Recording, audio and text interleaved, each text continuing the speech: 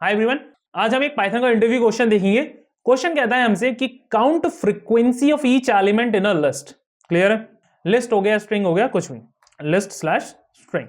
मतलब कि सपोज एक वर्ड है with the name of MOM, mom, तो इसके अंदर O कितनी बार आ रहा है, M कितनी बार आ रहा है। ठीक है, जैसे यहाँ पे 2 बार आ रहा है और ये 1 बार आ रहा है, तो मुझे ये फ्रीक्वेंसी पता करनी है और यही मेरा कोड लिखने का पर्पस होगा कि मैं इस चीज को सॉर्ट कर सकूं। ठीक है, चलिए तो सबसे पहले क्या करते हैं, सिंपल सी स्ट्रिंग बना लेते हैं with the name of string 1। यहां पे कुछ भी लिख देते हैं, this is the new world. अब इसके अंदर T कई बार रिपीट हो रहा है, T मेरे ख्याल से 2 बार रिपीट हो रहा है, I 2 बार रिपीट हो रहा है, E आई गेस 2 बार रिपीट हो रहा है, इस तरीके से मल्टीपल टाइम्स रिपीट हो रहा है। ठीक है, इस चीज को सॉर्ट करने के लिए, इस चीज को सॉल्व करने के लिए आपको क्या करना पड़ेगा, डिक्शनरी के बारे में थोड़ा सा पता होना चाहिए। तो डिक्शनरी में क्या होता है, डिक्शनरी को हम ऐसे कर्ली ब्रेसेस में लिखते हैं, इसके अंदर की और वैल्यू पेयर होता है, तो की हमारा होता है और उसकी वैल्यूज होती हैं। तो की क्या होगा मेरा, इसके अंदर एलिमेंट्स होंगे, अल्फाबेट्स होंगे लाइक ए, और वो कितनी बार रिपीट हो रहे हैं, 2 बार या फिर 3 बार, तो ए 3 बार। इस तरीके से मेरा आउटपुट आएगा डिक्शनरी में।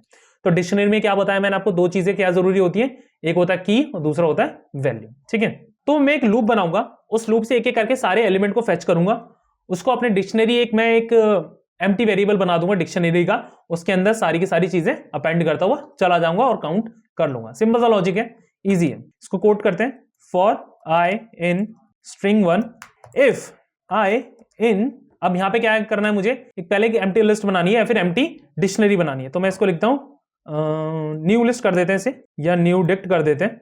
ठीक है, equals to 10 for I in string if I in new dict, यानी कि अगर न्यू डिक्ट के अंदर ये जो एम्प्टी है अगर इसके अंदर है तो क्या हो, अगर ना हो तो क्या हो। पहले फॉर आई इन स्ट्रिंग चला, पहला आई क्या पकड़ेगा, अगर आपको फॉर लूप्स के बारे में नहीं पता, सिंपल सा बता देता हूं।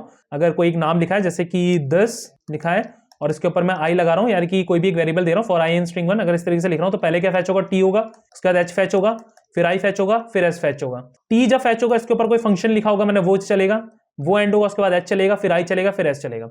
इस तरीके से पूरा का पूरा काम किया जाएगा। ठीक है, for I in string 1 if I in new dict, अगर उसके अंदर है, ठीक है, अगर उसके अंदर है तो क्या करना है, न्यू अंडरस्कोर डिक्ट, उसकी की, जो भी मेरी की होगी, की क्या बनेगी मेरी, की बनेगी मेरी जो मेरी आई की वैल्यू है, यानी कि सपोज टी है या फिर वी है, इस तरीके से उसमें क्या कर दो, एक का इजाफा कर दो।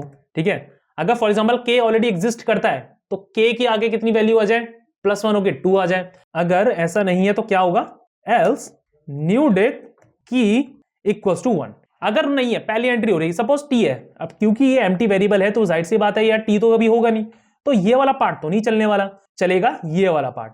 तो यानी कि टी अभी इसके अंदर जो वैल्यू स्टोर होगी कुछ इस तरीके से हो जाएगी, मैं आपको दिखाता हूं। T1, अगर इसके अंदर टी दोबारा आ जाता है तो इसके अंदर 1 चेंज होके फिर ये 2 कर देगा या फिर 3 कर देगा, कुछ इस तरीके से ये चलने वाला है हमारा। चलिए मैंने यहां तक कर दिया, अब मैं इसको प्रिंट करा के देखता हूं, लेट्स सी कहां तक मेरा रिजल्ट आ चुका है। न्यू अंडरस्कोर डिक्ट, ये देखिए वो T2 H2 I2 S2 4, ये जो स्पेसेस ने इसको भी काउंट करा है, then E2 N1 W2 O1 R1 L1 D1। इस तरीके से आपका ये पूरा का पूरा आपके जो भी आपके लिस्ट के अंदर फ्रीक्वेंसी ऑफ कैरेक्टर्स है उसको ये काउंट कर लेगा काफी इजीली।